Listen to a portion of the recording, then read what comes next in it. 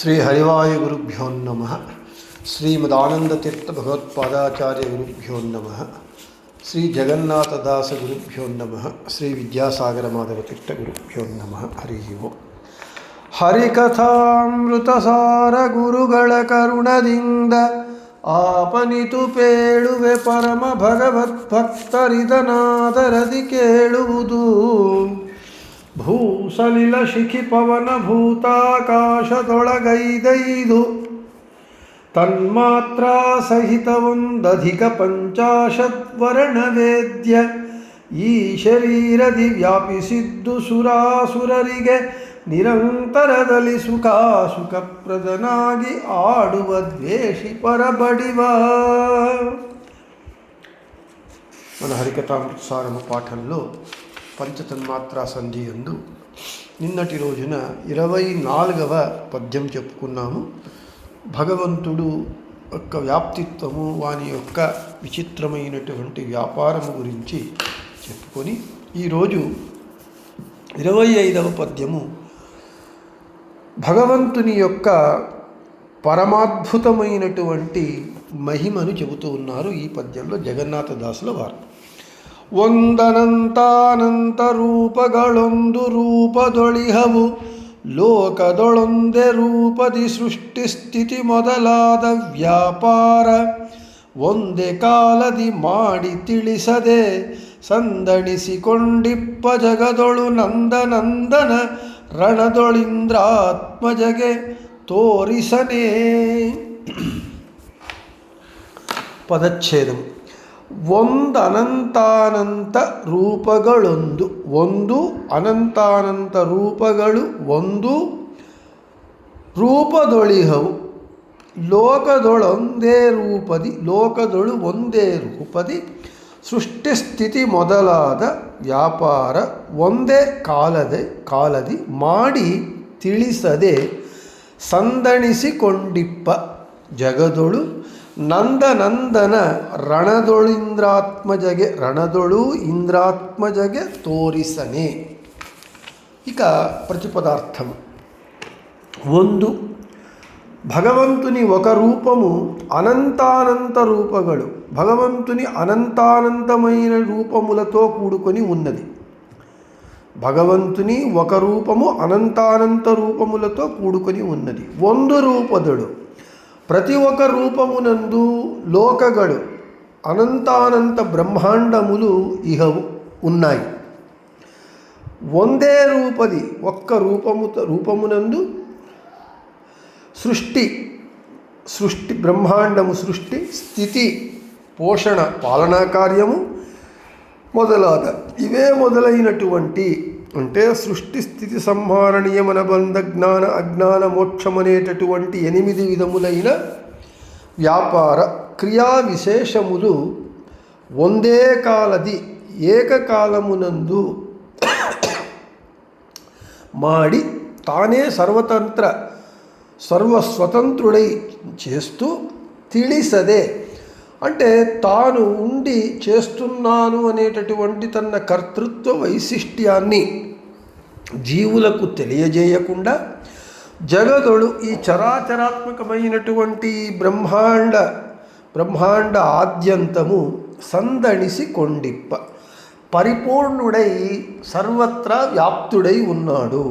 నందనందన, నందగోపుని కుమారుడైనటువంటి శ్రీకృష్ణుడు ఇంద్రాత్మజగే, ఇంద్రుని పుత్రుడైనటువంటి అర్జునునికి రణదొడు కురుక్షేత్ర యుద్ధ భూమి యందు తోరిసనే, పరమాద్భుతమైనటువంటి విశ్వరూపమును చూపించినాడు కదా.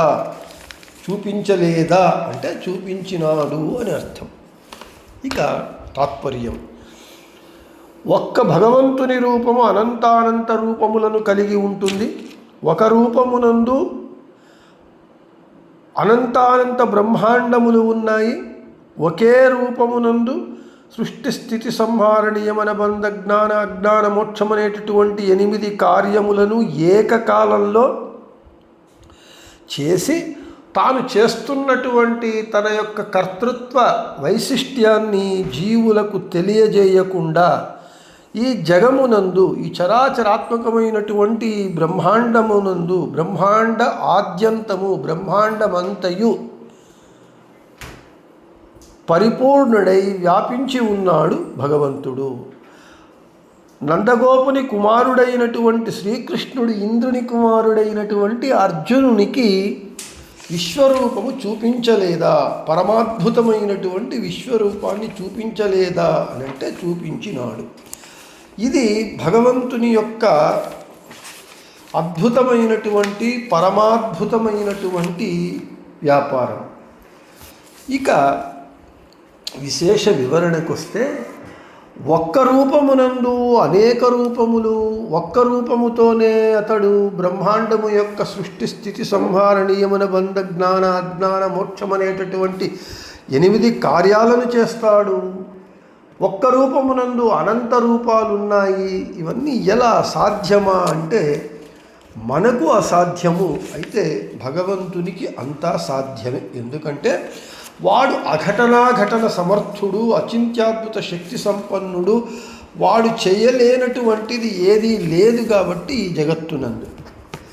దీనికి భావప్రకాశిక వ్యాఖ్యానకారులు ఒక ఉదాహరణనిస్తారు. బలరాముడు వచ్చి యశోదాదేవితో, అమ్మ తమ్ముడు కృష్ణుడు మన్ను తిన్నాడు అని చెప్పినప్పుడు, యశోదాదేవి వచ్చి, కృష్ణా నీవు మన్ను తిన్నావా అని అడిగినప్పుడు తినలేదు అని అబద్ధం చెప్తాడు. లేదు నోరు తెరవమని చెప్పినప్పుడు నోరు తెరుస్తాడు చిన్ని కృష్ణుడు. ఆ చిన్ని కృష్ణుని నోటిలో బ్రహ్మాండము కనబడుతూ ఉన్నది యశోదాదేవికి. ఆమెకు ఆశ్చర్యం కలుగుతూ ఉన్నది. కృష్ణుని చిన్ని నోటి యందు బ్రహ్మాండము కనబడుతున్నది కదా.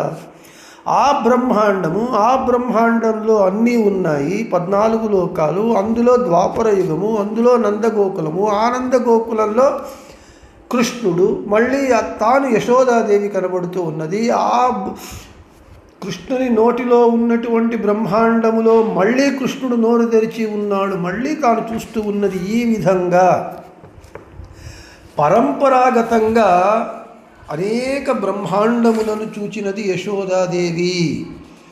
అంటే భగవంతుని యొక్క వాని కార్యము, వాని యొక్క లీల మనకు ఊహించడానికి కూడా సాధ్యం కాదు. వెనుకటి పద్యంలో చెప్పుకున్నాం, వాని ఒక్కొక్క రోమకూపమునందు అనేక బ్రహ్మాండములు ఉన్నాయి అని. దాన్నే కొనసాగిస్తూ ఇక్కడ చెబుతూ ఉన్నారు. ఒక్క రూపంలో అనంత రూపములు, ఒక్క రూపమునందు అనేక బ్రహ్మాండములు, ఒక్క రూపముతోనే అతడు ఈ జగత్తు సృష్టి యొక్క అష్ట కార్యములను చేస్తూ ఉంటాడు. అది ఏకకాలంలో, ఒకే కాలంలో మనం ఒక పని చేయగలము, ఒక్కచోట ఉండగలము. అయితే భగవంతుని అన్ని అవయవములు, అన్ని పనులను ఏకకాలంలో చేయగలదు. ఉదాహరణకు భగవంతుని నోరు మాట్లాడగలదు, కాలు నడవగలదు, చెయ్యి పని చేయగలదు. అంటే ఏకకాలంలో ఇవన్నీ మనము చేస్తాం కదా అంటే అలా కాదు. ఏకకాలంలో భగవంతుని నోరు మాట్లాడగలదు, పని చేయగలదు, నడవగలదు. భగవంతుని కాలు నడవగలదు, పని చేయగలదు, మాట్లాడగలదు. ఈ విధంగా అన్ని భగవంతుని అవయవములు, అన్ని పనులను ఏకకాలంలో చేయగలిగినటువంటి అఘటనాఘటన సామర్థ్యము, అచింత్యాద్భుత శక్తి సంపన్నుడు భగవంతుడు. కాబట్టే అతని యొక్క అత్యద్భుతమైనటువంటి, మన ఊహకు అందనటువంటి భగవంతుని మహిమలను, వాని వ్యాపార విశేషాలను జగన్నాథదాసుల వారు మనకు అనేక పద్యాలలో చెబుతూ ఉన్నారు. ఇంతకు మనకు చివరగా తాత్పర్యం ఏమిటి అని అంటే, భగవంతుడు మనలాగా ప్రాకృతుడు కాదు, అప్రాకృతుడు. వాడు అచింత్యాద్భుత శక్తి సంపన్నుడు.